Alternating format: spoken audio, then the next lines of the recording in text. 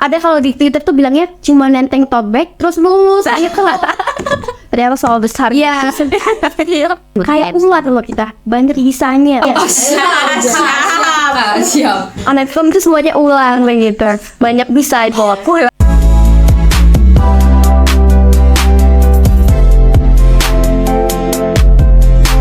Halo teman-teman semuanya, seperti yang kita tahu, kalau mahasiswa tuh tidak terlepas dari yang namanya tugas. Entah itu tugas dalam bentuk paper, atau itu dalam bentuk presentasi, dalam bentuk makalah, atau bahkan teman-teman Saintek tuh ngerjainnya mungkin laprak atau laporan praktikum. Nah, tugas yang sedang aku kerjain kali ini tuh namanya podcast. Mungkin teman-teman nanya dong ya, kira-kira apa sih nama podcastnya? Nah, kali ini aku membawakan podcast yang bernama Vida. Oke, nanti aku jelasin juga ya, apa sih filosofis dari Vida ini. Sebelumnya, aku, Zikra Nursya Fitri, akan membawakan podcast Vida bersama teman-teman Ilmu Komunikasi Unsud Angkatan 2022. Sebelumnya boleh disapa dulu ke para penonton, teman-teman. Oke, halo semuanya, teman-teman. Selamat pagi, siang, sore, ataupun malam. Perkenalkan, nama aku Zakia Ramadhani. Kalian bisa manggil aku Zakia. Oke, halo semuanya, kenalin aku Indah Setiawati, kalian bisa panggil aku Indah. Kenalin, aku Armida Urvanisa, bisa dipanggil Amu.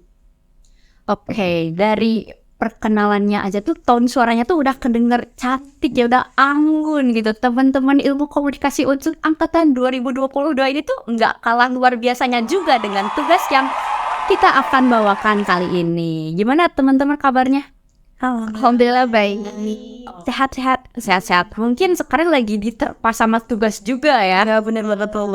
Soalnya kan kita juga ini lagi ngerjain tugas nih. Tapi kita tetap happy dong ya, karena tugasnya ini tuh nggak seperti biasanya. Kan kita tuh seperti yang kita tahu ya, kalau misalnya flashback ke apa sebelum-sebelumnya gitu, kita tuh kalau ngerjain tugas tuh mungkin kayak dalam bentuk private kan, entah itu kayak kelompok atau individu, atau mungkin kayak presentasi. Kan kita tuh sebagai anak ilmu komunikasi itu kan presentasi gitu kan, entah itu individu atau kelompok juga kan.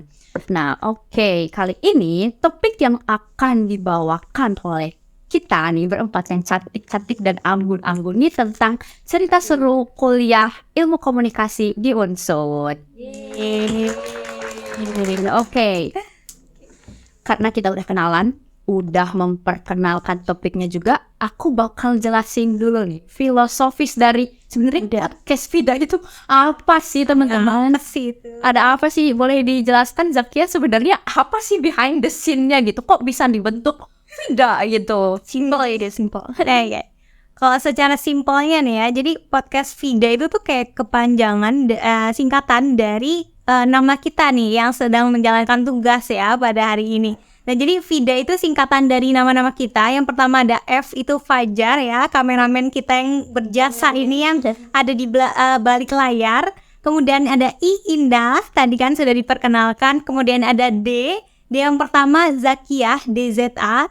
Kemudian D yang kedua nih yang agak-agak kembaran saya ini ya, Zikra Nursya Fitri. Kemudian A yang terakhir ini ada Armi nih yang cantik anggun ya.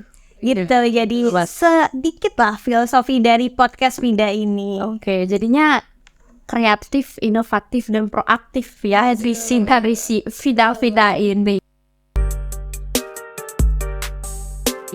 Oke, karena filosofis udah dikenalin juga nih.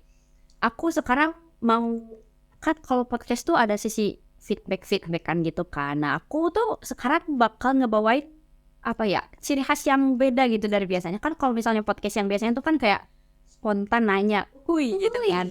Nah, kalau sekarang aku nih ngebawain deretan kartu yang bisa dipilih sama teman-teman untuk menjawab. Itu jadi kartunya isinya ada beberapa pertanyaan dan teman-teman bertiga itu bakal ngejawab apa aja sih jawabannya dari pertanyaan itu. Mungkin dari Neng Army dulu ya. Boleh. Pilih aja, tab aja yang mana. Cool. Oke. Sini ya, teman-teman. Ada yang deg-degan. Hey. Fine. Apa nih pertanyaan pertama? Oke. Nah, ini masih relate ya sama pengantarnya tadi.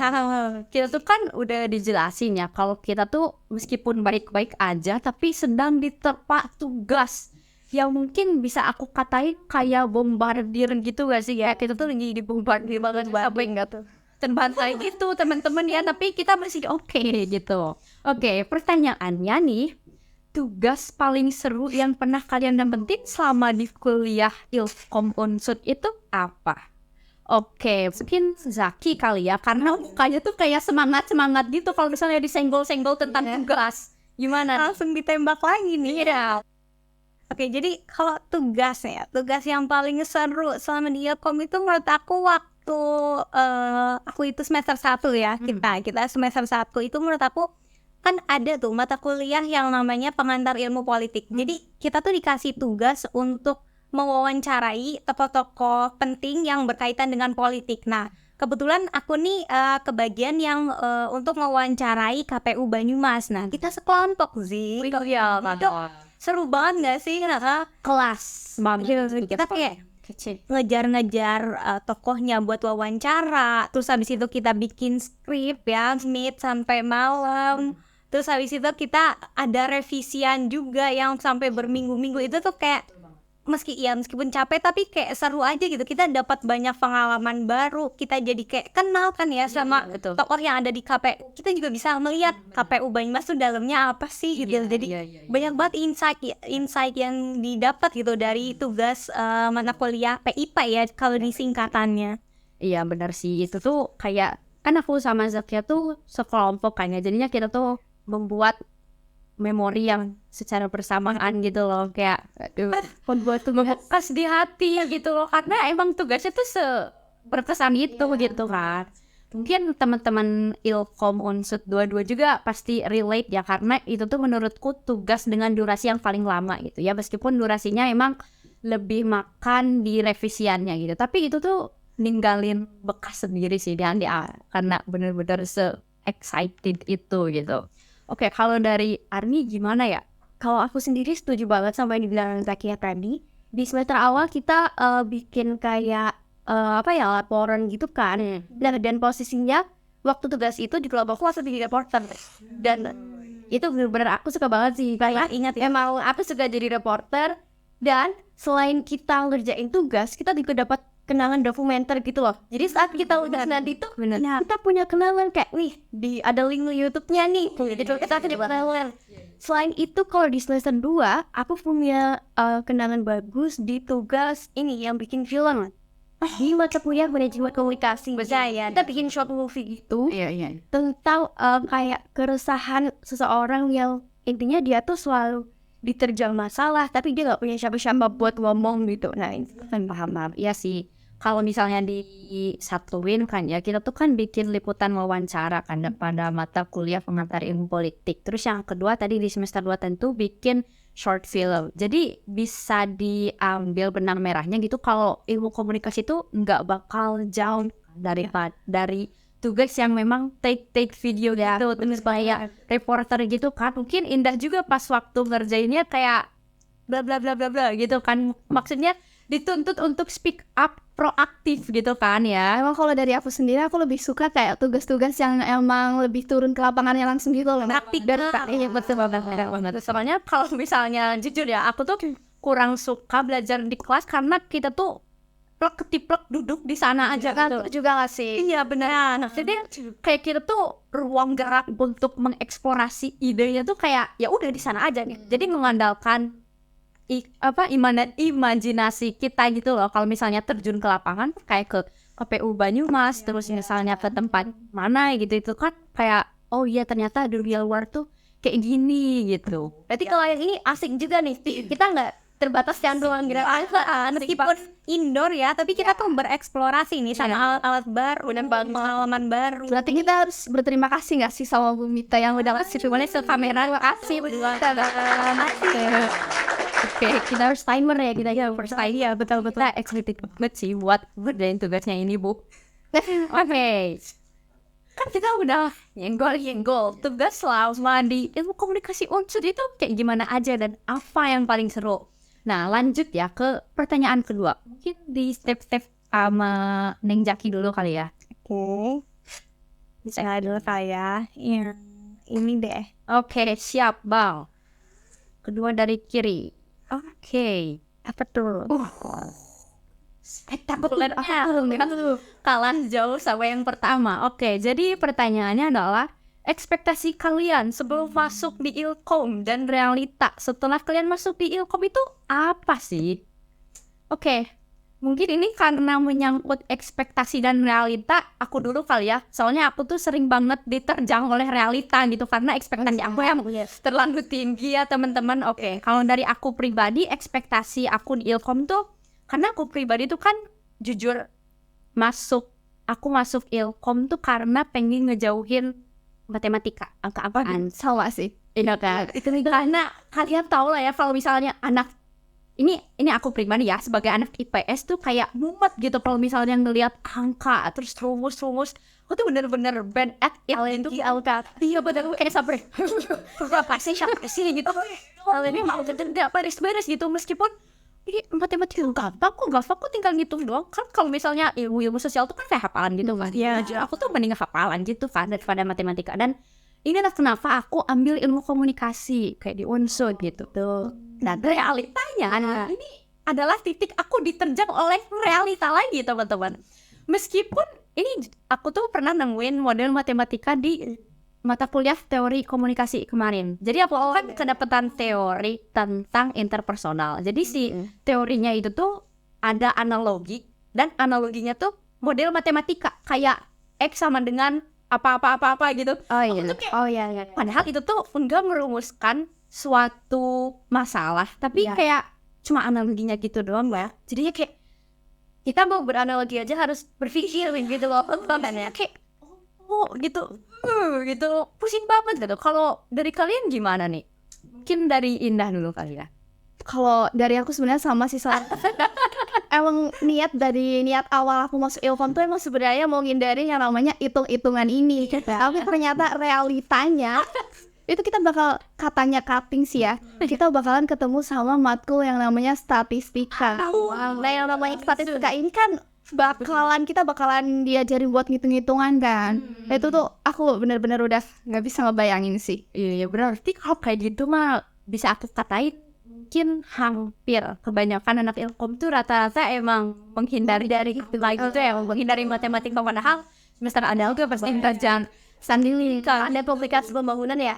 Iya, ada juga. Iya. Pusing banget. Terus yang di matkul ini nggak sih yang dasar itu kan pastinya ada hitung-hitungan juga kan. Betul iya. Yang model silogisme ya, itu kan analoginya matematika juga teman-teman. Jadinya ya meskipun kalian masuk Ilkom tapi tetap bakal ketemu matematika lain gitu.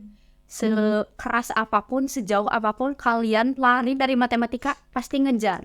Kayak ibaratnya kalian lari tapi ini gini nih gitu loh. Tak terlepas. Iya, bagus banget tuh agak begitu, cuman intensitasnya gak bawah itu ya. akuntansi atau ekonomi bener-bener.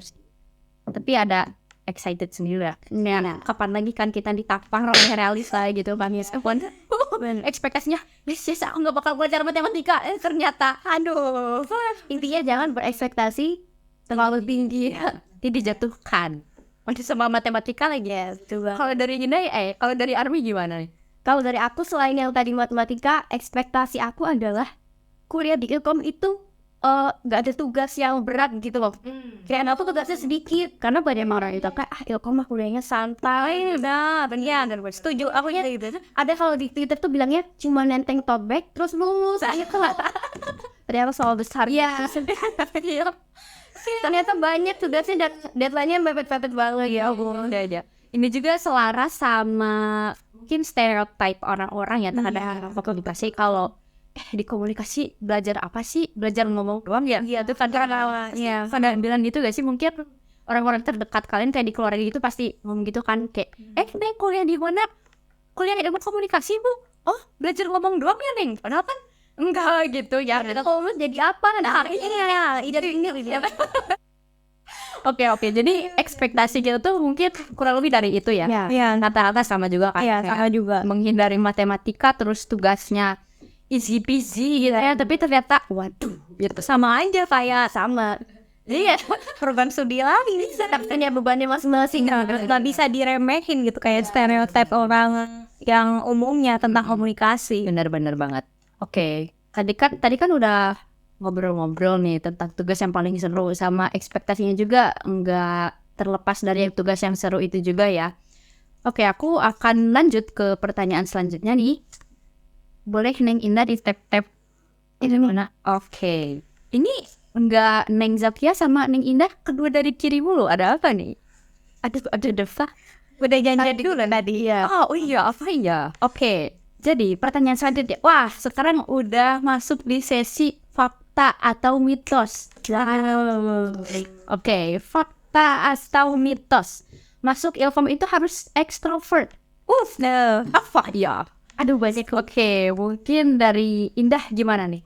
Fakta atau mitos menurut kau? Kalau menurut aku, masuk Ilkom harus ekstrovert itu mitos ya teman-teman. Karena memang pada dasarnya, realitanya, di aku tuh emang kepribadianku sendiri tuh emang pada dasarnya introvert teman-teman. Apa tuh dari DI-nya apa tuh? Aku, ya lupa ininya tuh aja. Depannya I pasti ya. Depannya I, kalau ekstrovert dong. Iya. Sebenarnya juga dari teman-teman yang lain banyak kan ya yang introvert juga kan banyak tuh stereotip yang misalkan Ilkom tuh harus kayak pintar ngomong doang gitu kan. Tapi ternyata enggak juga sih menurutku, karena banyak banget dari teman-teman kita yang punya kepribadian introvert tapi mereka tuh ngandelin kemampuan yang lainnya kayak misal menulis, fotografi gitu-gitu kan. Jadi Ilkom tuh enggak melulu tentang ngomong aja. Jadi menurutku buat kalian khususnya maba-maba baru nih ya, kalian yang mau masuk Ilkom, khususnya Ilkom Unsud, ini nggak usah takut, nggak usah ragu ya, karena nggak cuma ekstrovert aja yang bisa masuk Ilkom, tapi introvert juga bisa. Bahwa introverters juga sangat worth it, Mas. Betul. Malah kayaknya lebih banyak introvertnya deh daripada honestly. Cuman emang Ilkom ini banyak menguras energi bagi yang introvert banget. Bener kan kalau buat ngobrol gini kan menguras energi banget ya. Ya mungkin nanti ada pengalaman kerja sebagai introvert yang energinya kekuras terus ya. Sering banget kan kami temenin aku kalau udah misalkan ada acara apa kalau udah duduk tuh udah tanda ya. Udah kan capek banget gak sih? Iya bener banget. Aku juga sering banget ngerasain kayak gitu. Mungkin kalau ini isinya extrovert semua bakal durasinya berapa jam ini? Apa maklum nanti wajar seberapa jam ya gitu. Sampai deadline-nya kelewat. Makin baterainya dia bukan berkurang gitu. Iya, jadi Mitos ya, mitos. Faktanya teman-teman ilmu komunikasi Unsud angkatan 2022 mungkin karena kita di kelas B gitu ya, itu tuh banyak juga loh teman-teman yang introvert, tapi ya karena emang jurusan ini tuh menuntut kita untuk nggak jadi introvert. Maksudnya introvert tuh dalam artian kayak diem mulu. Jadi introvert tuh dalam artian kayak Social butterfly ya filter jadi social butterfly gitu. Makanya kenapa teman-teman yang mau masuk Ilkom, khususnya ilmu komunikasi Unsud, jangan ragu-ragu kalau misalnya kalian punya kepribadian yang memang introvert, karena banyak juga gitu teman-teman extrovert yang istilahnya mungut kali ya, mungut yang introvert biar jadi extrovert juga. Iya, nah itu juga menurut aku salah satu nilai plus di komunikasi tuh ketika aku pribadi yang introvert ketika masuk ke komunikasi itu malah justru membangkitkan diri aku yang semulanya kayak takut memberikan pendapat, terus abis itu kayak lebih yang tadinya lebih memilih buat kayak ya diem aja gitu, itu jadi kayak terbuka gitu untuk explore. Malah nanti kan kamu ekstrovert loh. Saking nggak kelihatannya. Ya, makasih lah ya. Saking sering maju di depan kelas gitu ya untuk menjelaskan pendapatnya dia yang itu kan tuntutan nilai ya, itu beda tuntutan nilai Sampai rumah langsung energiku. Oke, jadi teman-teman yang introvert jangan risau kalau misalnya mau masuk ilmu komunikasi, terlebih di ilmu komunikasi Unsud, karena tidak berapa kali, udah 3 kali dijelaskan ada satu aja, pokoknya jangan takut aja gitu. Dan dosen-dosen di sini pun kayak nuntut kita buat proaktif gitu, kayak pakai proses pas gitu kan. Oke, lanjut ke karena ada 3 lagi, mungkin 1 lagi kali ya biar sisanya 2. Siapa yang tadi ya? Cap, cip, cup, kembang, kucup. Oke, nah ini lagi. Terus deh, oke, tengah. Berdua bersama. Oke. fakta atau mitos lagi nih teman-teman. Ada apa tuh? Betul. Fakta atau mitos? Anak Ilkom harus multi talent. Wow. Multi talent atau multi talentan? Multi talent ya. Mungkin dari Mbak Arfi silahkan. Oke, aku juga yang jawab nih ya. Iya. Nah, anak ilkom harus multi talent itu tentunya fakta banget, 100% fakta, 1000%. Oke. Kenapa? Karena pertama nih, kita dituntut buat bisa ngomong. Terus ngomongnya ini bukannya orang sembarang ngomong gitu ya, tapi kita punya omongan yang tertata ya. Kayak gini, bikin podcast gini kan nggak mungkin asal ngomong dong. Terus yang kedua, kita juga bisa megang kamera. Dari kemarin kita bikin film, bikin liputan, kita harus bisa nyeting kamera di mana, cara shoot, terus cara kita editing juga. Nah, itu pasti udah termasuk multi talent dong. Skill banget. Dari aku gitu sih. Anak Ilkom tuh harus serba bisa. Iya, yang Kayak ular loh kita, banyak bisanya. siap. Anak film itu semuanya ular begitu, banyak bisa itu. Ular dalam kualitas yang Baik ya, banyak bisanya. Banyak bisa. Ada bukan bisa mematikan loh, Bukan semiotika loh ini loh. banyak bisanya. Oke, kalau dari Mbak Ida gimana nih? Kalau dari aku juga iya sih, fakta. Karena kan memang selain kita emang dituntut untuk bisa ngomong, itu kita bisa kayak ada matkul-matkul lain yang emang menuntut kita buat bisa kayak editing, terus menulis juga itu faktor yang paling penting ya. Terus kayak apa namanya, bikin film juga, itu kan semuanya kita menuntut kita buat multi talent gitu kan. Karena saking banyaknya kemampuan yang kita bisa nih, nantinya bakalan jadi bumerang sendiri gak sih buat kita, kayak kita bingung buat nentuin kita tuh mau arahnya kemana gitu loh. Gitu aja sih. Benar. Kalau dari Mbak Zaki sendiri? Kalau aku fakta ya tentang anak Ilkom itu harus multi talent. Karena kalau misalkan melihat dari mata kuliahnya ya, misalkan kemarin deh kita kan habis manajemen komunikasi. Nah di situ kan kayak diterangkan kalau misalkan kita tuh nggak cuma dituntut untuk pintar ngomong dalam artian ada kaidah-kaidahnya ya, nggak cuma kayak ngomong asal ngomong aja, terus juga menulis, terus juga megang kamera dan lain sebagainya. Kita tuh juga harus tahu apa ya, fakta-fakta terkini gitu loh. Dan fakta terkini itu kan banyak macamnya ya, ada olahraga, ada ekonomi, dan kalau misalkan kita terjun ke komunikasi tuh kita harus kayak tahu, oh ekonomi sekarang perkembangannya seperti ini, istilah-istilahnya dalam ekonomi itu seperti ini, agar apa, biar kita tuh bisa kayak memahami gitu loh. Dan kita dilatih untuk mengerti semua itu gitu. Jadi anak Ilkom tuh iya sih fakta harus apa? Karena kita update banget. Iya, Kan bakal update ya. benar-benar. Oke, kayak gitu. Bagus banget. Soalnya emang tuntutan tugas juga dan mata kuliah kita tuh bisa jadi seseorang yang multi talent gitu. Ini bisa, itu bisa. Nggak terasa ya teman-teman, waktu sudah berlalu lalang gitu. Akhirnya kita sampai di penghujung podcast Vida. Oke. Tadi ya kalau misalnya aku ambil benang merahnya dari segala perbenang merahan, ternyata cerita seru di ilmu komunikasi Unsut tuh sangat beragam gitu ya. Dan cerita serunya tuh enggak dalam konteks yang positif aja, tapi yang mungkin dukanya juga ada gitu ya. Kayak mungkin tugasnya banyak, terus yang introvert kayak harus jadi ekstrovert gitu. Tapi itu tuh sebenarnya baik juga kan ke kita. Maksudnya biar kita Baik ya. kalau istilahnya tuh apa ya, getting out of comfort zone. Ya benar-benar. Gitu sih. Kalau misalnya aku ditanya nih, coba dong deskripsiin ilmu komunikasi gitu, aku pasti bakal nyebutinnya kayak gini.